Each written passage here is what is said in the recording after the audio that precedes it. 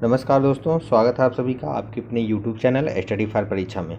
दोस्तों, आज की इस वीडियो में हम 27 और 28 मार्च के सारे महत्वपूर्ण प्रश्नों को लेके आ गए हैं दोस्तों। तो आप लोग इस वीडियो को अंत तक देखिएगा, तभी आप लोगों को 27 और 28 तारीख के महत्वपूर्ण करंट अफेयर के सारे प्रश्न समझ में आएंगे दोस्तों। तो आप लोग अगर चैनल पे पहली बार विजिट कर रहे हैं तो चैनल को सब्सक्राइब कर लीजिएगा, बेल आइकन पे प्रेस करके ऑल नोटिफिकेशन पे क्लिक कर लीजिए ताकि डेली का डेली करंट अफेयर की वीडियो आप लोगों की मिलती रहे दोस्तों। तो चलिए बिना टाइम वेस्ट किए हुए प्रश्नों को शुरू करते हैं वन बाय वन। तो हमारा पहला प्रश्न है दोस्तों, स्विस ओपन बैडमिंटन 2022 का खिताब किसने जीता है? पीवी सिंधु, सानिया नेहवाल, बुसानन, इनमें से कोई नहीं। तो हमारा जो करेक्ट आंसर होगा दोस्तों वह है भारत की पीवी सिंधु ने Swiss open super 300 badminton tournament में महिला एकल खिताब जीतने के लिए थाईलैंड की बुसानन ओंगबाम रुंगफान को हरा दिया है दोस्तों। टूर्नामेंट में अपना लगातार दूसरा फाइनल खेलते हुए डबल ओलंपिक पदक विजेता पीवी सिंधु ने सेंट जैकब शॉले में चौथी वरीयता प्राप्त बुसानन को 21-16, 21-8 से बेहतर बनाने में 49 मिनट का समय लिया है दोस्तों। यानी कि हमारा जो करेक्ट आंसर होगा वह है ऑप्शन ए, यानी स्विस ओपन बैडमिंटन 2022 का खिताब किसने जीता है? तो पीवी सिंधु ने। चलते हैं अगले प्रश्न पे। हमारा जो अगला प्रश्न है दोस्तों वह है हाल ही में स्टॉकहोम जल पुरस्कार विजेता 2022 के रूप में किसे नामित किया गया है? यहाँ पे आपको 4 ऑप्शन मिल जा रहा है, विल्फ्रेड ब्रूटशर्ट, जेम्स वेवन, रोजर बेकन, मिलीकान। तो हमारा जो करेक्ट आंसर होगा दोस्तों वह है प्रोफेसर एमिरियट्स विल्फ्रेड ब्रूटशर्ट को स्टॉकहोम जल पुरस्कार विजेता 2022 के रूप में नामित किया गया है। उन्हें पर्यावरणीय वाष्पीकरण की मात्रा निर्धारित करने के लिए उनके अभूतपूर्व कार्य के लिए सम्मानित किया गया है। विल्फ्रेड बूस्टर्स अमेरिका के कॉर्नेल विश्वविद्यालय में इंजीनियरिंग एमिरियट्स में प्रोफेसर हैं। यानी कि बात करें अगर स्विस SWI का मुख्यालय स्थान कहाँ है तो स्टॉकहोम जो कि स्वीडन में है दोस्तों। अगर SIWI के कार्यकारी निदेशक की बात करें तो टार्गनी होल्मग्रेन है दोस्तों। अगर बात करें सीवी की स्थापना की तो 1991 में इसकी स्थापना हुई थी। यानी कि हमारा जो करेक्ट आंसर होगा दोस्तों वह है ऑप्शन ए, यानी स्टॉकहोम जल पुरस्कार विजेता कौन है दोस्तों? तो विल्फ्रेड ब्रूटशर्ट। चलते हैं हम अगले प्रश्न पे। जो हमारा अगला प्रश्न है वह है राष्ट्रीय संस्कृत महोत्सव 2022 का आयोजन कहाँ पे किया गया है? नई दिल्ली, उत्तर प्रदेश, आंध्र प्रदेश, केरल। तो दोस्तों राष्ट्रीय संस्कृत महोत्सव 2022 की शुरुआत कला कॉलेज ग्राउंड राजमहेंद्रवरम आंध्र प्रदेश के राज्यपाल श्री विश्वभूषण हरिचंदन द्वारा केंद्रीय संस्कृति पर्यटन मंत्रियों डोनर GK रेड्डी की उपस्थिति में आज़ादी की अमृत महोत्सव के हिस्से के रूप में मनाई गई थी दोस्तों। अगर बात करें कि हमारा राइट आंसर क्या है दोस्तों तो वह है ऑप्शन सी, यानी कि राष्ट्रीय संस्कृत महोत्सव 2022 का आयोजन कहाँ पे किया गया है? तो आंध्र प्रदेश में किया गया दोस्तों। चलते हैं हम अगले प्रश्न में। हमारा अगला प्रश्न है SAFF U18 महिला चैंपियनशिप खिताब 2022 किसने जीता है? भारत, बांग्लादेश, चीन, न्यूजीलैंड। तो दोस्तों भारत के इस SAFF U18 अंडर 18 महिला फुटबॉल चैंपियनशिप के तीसरे संस्करण की विजेता घोषित किया गया है। महिलाओं की अंडर 18 राष्ट्रीय टीमों के लिए अंतर्राष्ट्रीय फुटबॉल प्रतियोगिता 2022 संस्करण झारखंड के JRD Tata sports complex Jamshedpur में आयोजित किया गया था। टूर्नामेंट के मूल्यवान खिलाड़ी और सर्वोच्च गोल स्कोरर लिंडा काम्प थे जिन्होंने कुल 5 गोल किए थे। अगर बात करें तो SAFF U18 यानी अंडर 18 महिला चैंपियनशिप खिताब किसने जीता है? तो भारत ने दोस्तों। ऑप्शन ए हमारा करेक्ट आंसर है। चलते हैं अगले प्रश्न पे। हमारा अगला प्रश्न है दोस्तों इंसान मंथन नामक 3 दिवसीय उत्तर पूर्व उत्सव का उद्घाटन कहाँ पे किया गया है? लखनऊ, मुंबई, कलकत्ता, नई दिल्ली में। तो हमारा जो राइट आंसर होगा वह है केंद्रीय संस्कृति पर्यटन और डोनर मंत्री जी किशन रेड्डी ने नई दिल्ली में इंदिरा गांधी राष्ट्रीय कला केंद्र में ईशान मंथन नामक 3 दिवसीय उत्तर पूर्व उत्सव का उद्घाटन किया। 3 दिवसीय ईशान मंथन कार्यक्रम 25 से 27 मार्च 2022 तक उत्तर पूर्व भारत की समृद्धि, जातीयता और रंगों का जश्न मनाएगा। यह कार्यक्रम संस्कृति, कला, संगीत, लोक नृत्य, हस्तशिल्प, पारंपरिक व्यंजनों के बारे में जानने का अवसर देगा। यानी पूर्वोत्तर भारत के। तो हमारा जो करेक्ट आंसर है दोस्तों हुआ है ऑप्शन डी, नई दिल्ली।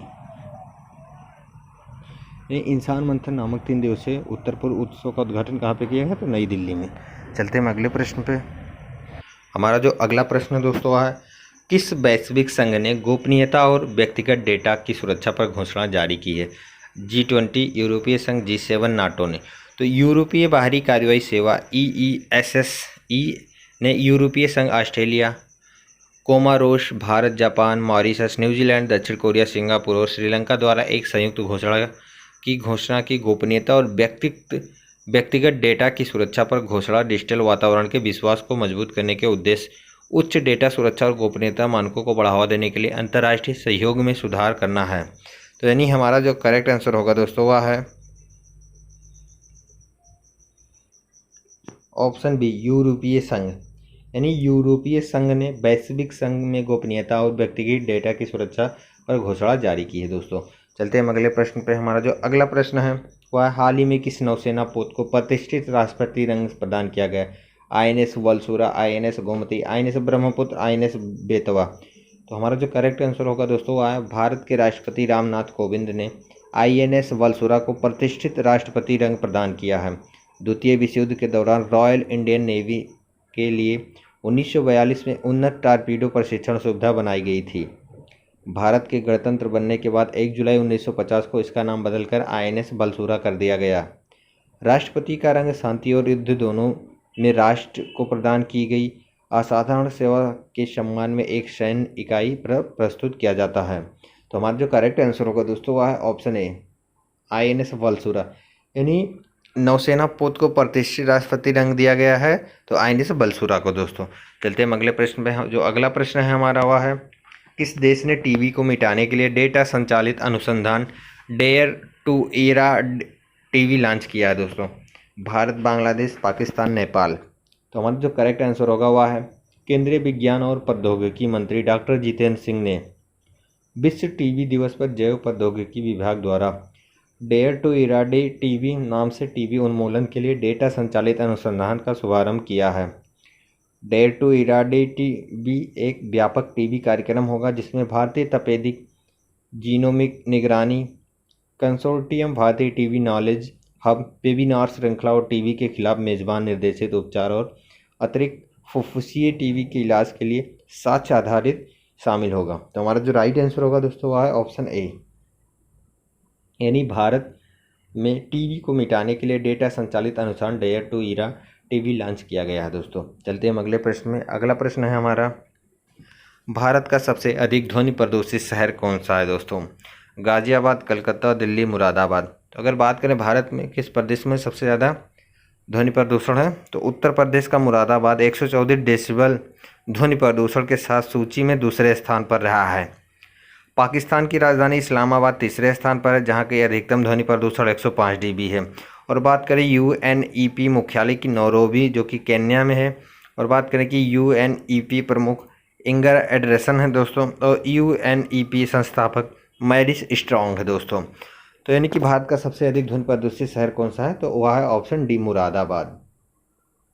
चलते हैं अगले प्रश्न में।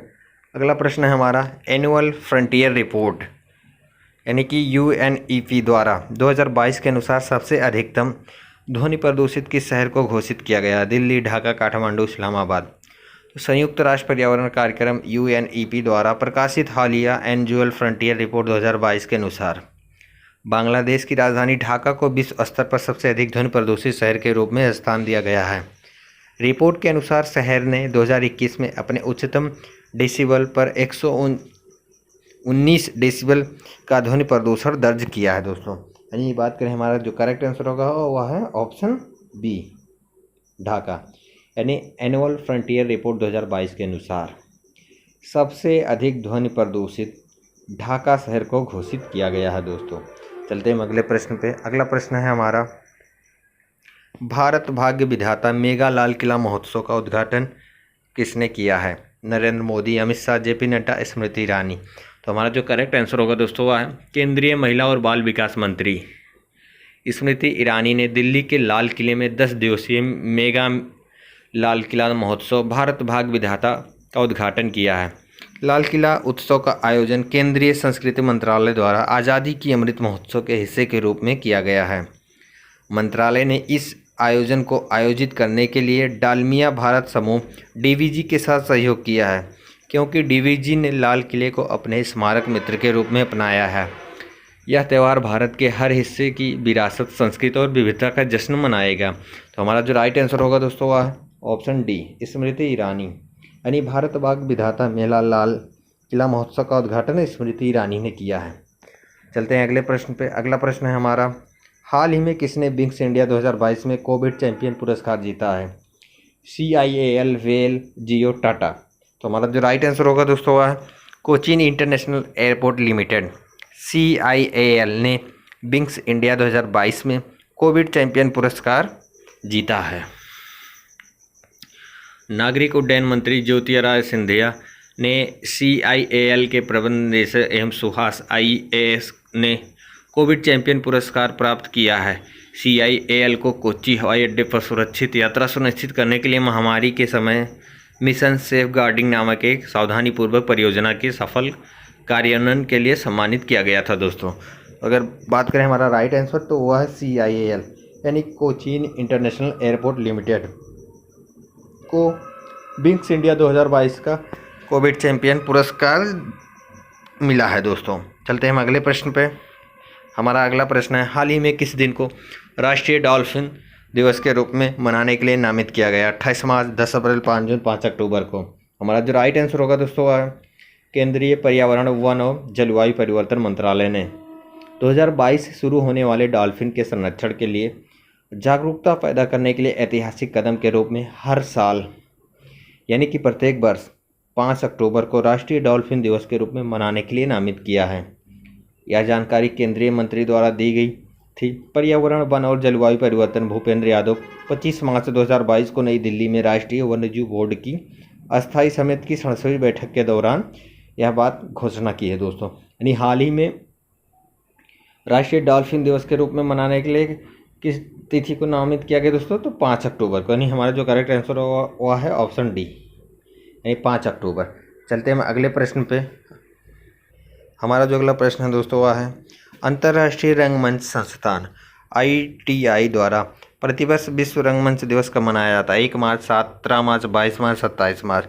तो विश्व रंगमंच दिवस प्रतिवर्ष 27 मार्च को मनाया जाता है, जिससे अंतर्राष्ट्रीय रंगमंच संस्थान ITI द्वारा अपने केंद्रों के माध्यम से प्रसारित किया जाता है और दुनिया भर में थिएटर समुदायों द्वारा समर्थित है। इस वर्ष विश्व रंगमंच दिवस समारोह युवा, अगली पीढ़ी, उभरते कलाकारों पर ध्यान केंद्रित करेगा, जो हाल ही के दिनों में ITI का एक मजबूत विशेष फोकस कर रहा है। दोस्तों यानी हमारा जो करेक्ट आंसर होगा वह है ऑप्शन डी यानी प्रत्येक वर्ष 27 मार्च को अंतर्राष्ट्रीय रंगमंच संस्थान द्वारा विश्व रंगमंच दिवस मनाया जाता है। तो आशा करते हैं दोस्तों यह वीडियो आप लोग को काफ़ी पसंद आया होगा।